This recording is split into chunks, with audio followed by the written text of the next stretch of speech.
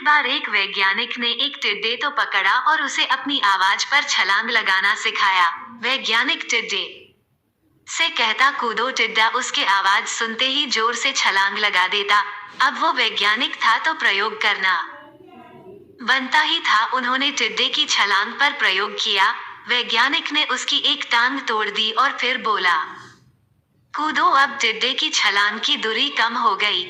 वैज्ञानिक ने उसकी दूसरी टांग तोड़ दी और फिर बोला, कूदो।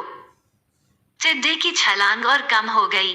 अब तोड़ी गई उसकी तीसरी टांग, फिर छलांग की दूरी और कम हो गई।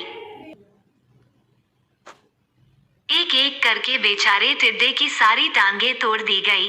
अब आखिरी टांग टूटने पर जब उससे कहा गया कूदो तो वह हिल भी नहीं पाया। अब वैज्ञानिक ने अपना निष्कर्ष अपनी डायरी में लिखा। जानते हो उसने क्या लिखा? जब टिड्डे की एक टांग तोड़ी गई तो वो थोड़ा बहरा हो गया।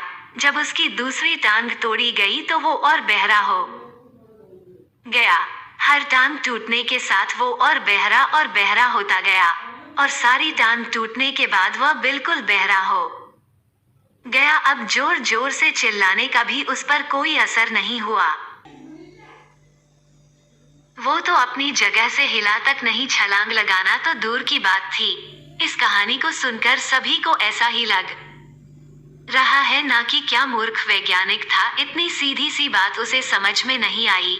या कुछ लोग ये भी सोच रहे होंगे कि ये तो किसी बच्चे को भी पता है कि टिड्डे की छलांग उसके टांग टूटने की वजह से कम होती जा रही थी, ना कि वो बहरा हो गया था।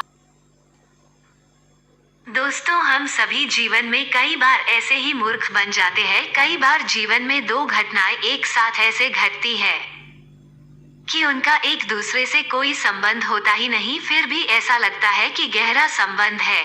कभी कभी दिखता कुछ और है लेकिन समझ कुछ और आता है और वास्तव में होता कुछ और।